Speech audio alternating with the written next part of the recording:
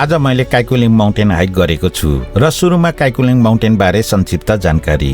हङकङको northern new टेरिटोरिज अन्तर्गत पर्ने लामचुङ country park 15 square किलोमिटरमा फैलिएको छ र लामचुङ कन्ट्री पार्क भित्र ताइपो, फेनलिङ र युनलुङहरू पर्दछन्।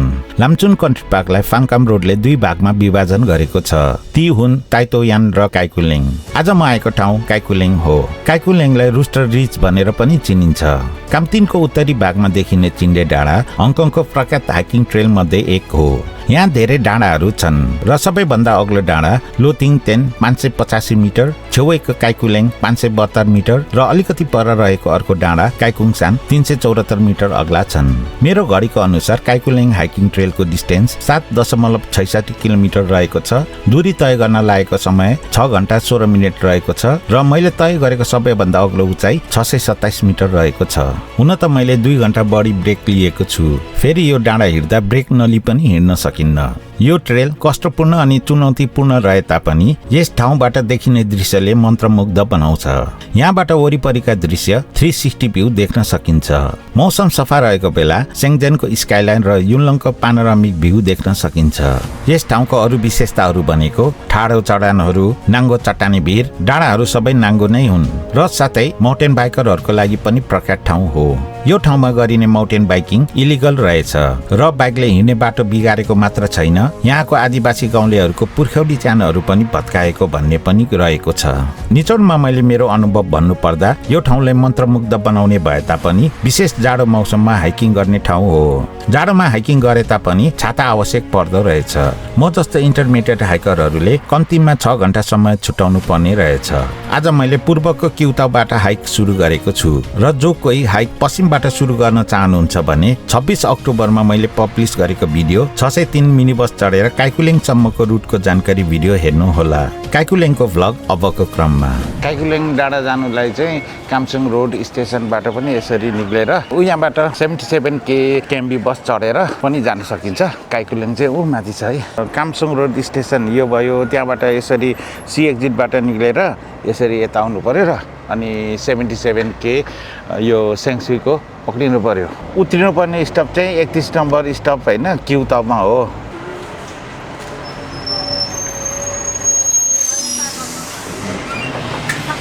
यो रहेछ क्युताउ स्टप है त।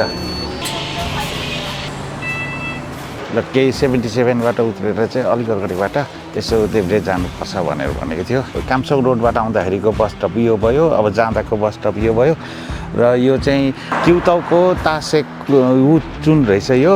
अनि यहाँ अगाडिबाट यहाँ एउटा पुल रहेछ हो, यो पुल भएर चाहिँ जानुपर्ने रहेछ। क्युताउ गाउँ यता पऱ्यो होइन, यहाँनिर त्यहाँबाट चाहिँ अब यहाँसम्म आए पछाडि चाहिँ उयो पुल भएर जानु पर्यो।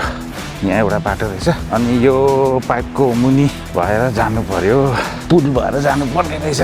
काइकुलिङ डाँडा जाँदाखेरि क्युतापट्टिबाटको यो स्टार्टिङ पोइन्टको यो सिँढी है, स्टेपको सिँढी बस स्टपबाट यसरी अगाडि गएर अनि पुल भएर यसरी ठाडो उकालो आए पछाडि चाहिँ 4-5 मिनट बाइक पुग्यो। अनि फेरि यहाँ बाटो छुटिँदा रहेछ है, यतापट्टि एउटा जान्छ, यता नजाने यतापट्टि जानुपर्ने रहेछ।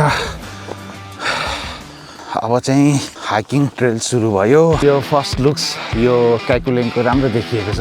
यतापट्टिको ताइपो होइन, यो गाउँ मजाले देखिरहेको छ। पारी चाइना पनि अलिअलि देखिँदैछ। एक झक डाँडाको उकालो सके पछाडि चाहिँ सानो जङ्गल रहेछ। चिन्डे डाँडा अझै आएको छैन त हौ, त्यस्तै 40 मिनट जस्तो हिँडे पछाडि यो ठाउँ आइपुगेको छु म। यहाँ थोरै रुख छ अनि यहाँबाट पार गरिसके पछाडि फेरि तल झरेर अनि माथि उक्लिनु पर्ने रहेछ। यहाँ तलसम्म चाहिँ रुख रहेछ होइन। त्यहाँदेखि चाहिँ अबको यो दोस्रो डाँडादेखि चाहिँ रुख छैन, डाँडाहरू पुरै अब नाङ्गो छ। परसम्म कस्तो दामी भ्यू देखेको हो यो काइकुलिङको। क्युताउबाट आएको म होइन, यताबाट पनि मान्छे निकै आउँदो रहेछ। 603 मिनी बसबाट आउँदाखेरिको रुटको बाटो यो हो होइन। काइकुलिङको पपुलर रुट चाहिँ यताबाट आउने रहेछ, तर यताबाट पनि मान्छे निकै नै आउँदो रहेछ है। यताबाट ठाडो उकालो परेकोले 2 किलोमिटर पनि झन्डै मलाई 1 घण्टा 40 मिनट लाग्यो ब्रेक लिँदै होइन। यो ठुलो बोल्डर भएको ठाउँमा आइपुगेँ। अझै रहेछ उकालो देखिन्छ हौ। आमा कति हो कति। यहाँबाट पारी चाइना पनि देखिन थालेको छ, मजाले देखिरहेको छ। उयो सेङ्सी हो कि जस्तो लागिरहेछ मलाई।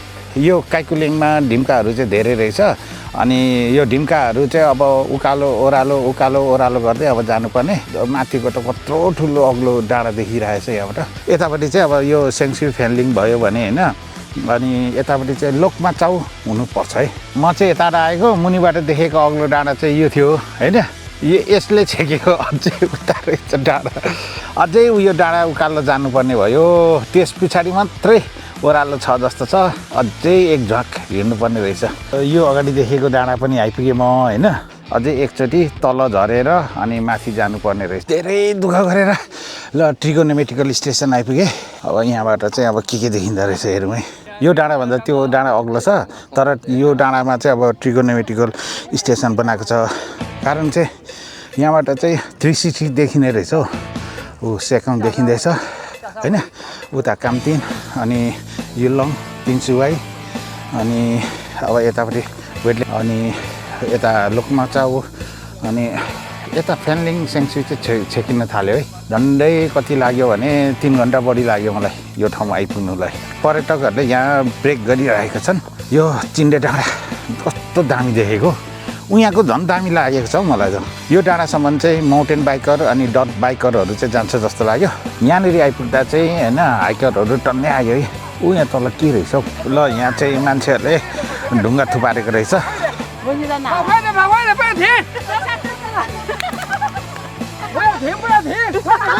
काइकुलेङको यो भाग मात्रै रहेछ यसरी चट्टान भएको ठाउँ अरू ठाउँ चाहिँ मैले अगाडि देख्दाखेरि देखेको छुइनँ ए यहाँ रहेछ नि त फोटो खिच्ने ठाउँ त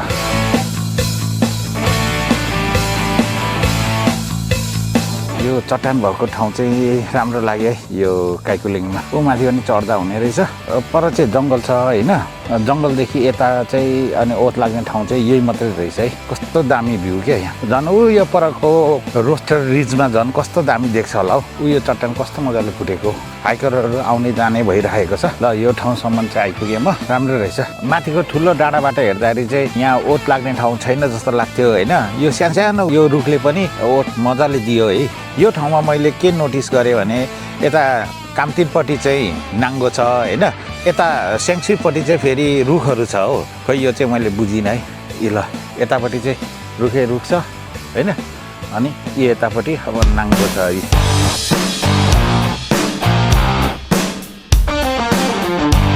काइकुलेङमा भिड भनेको चाहिँ यो एरिया मात्रै रहेछ है यहाँ चाहिँ अलिकति खतरा भिड छ म चाहिँ यताबाट आएको अनि यताबाट आउँदा यो पोइन्टसम्म आइपुग्दाखेरि चाहिँ होइन मेरो घडीले 429 मिटर यो पोइन्टलाई भनेको छ र अनि यहाँबाट आएको डिस्टेन्स चाहिँ 6 किलोमिटर भनेको छ अनि रोस्टर रिज भनेको चाहिँ यो होला क्या मेरो विचारले यसलाई नै रोस्टर रिज भन्छ होला रोस्टर रिजको हाइट चाहिँ 429 मिटर मेरो घडीले भनेको छ यो भागमा चाहिँ यहाँनिर अलिकति भिड देखियो है जस यहाँनिर ओत लाग्ने ठाउँ रहेछ रुखहरू ल म यताबाट आएको यो पोइन्टमा आइपुगे पछाडि चाहिँ यहाँ चाहिँ अलिकति ठाडो भिड देखियो है हिँड्नु अलिक अप्ठ्यारो हुने रहेछ यहाँ मान्छेहरू अप्ठ्यारो गरेर हिँड्दैछ यो बाटोमा चाहिँ जिउ हुत्तिँदो रहेछ है अब चाहिँ म रेडियो टावर भएको ठाउँमा आइपुगेँ है यो चाहिँ काइकुलेङको रेडियो टावर ल अहिले चाहिँ म यो पोइन्टमा आइपुगेको छु यो पोइन्टसम्म चाहिँ म पहिला आएको थिएँ 26 अक्टोबरमा मैले पब्लिस गरेको भिडियो चाहिँ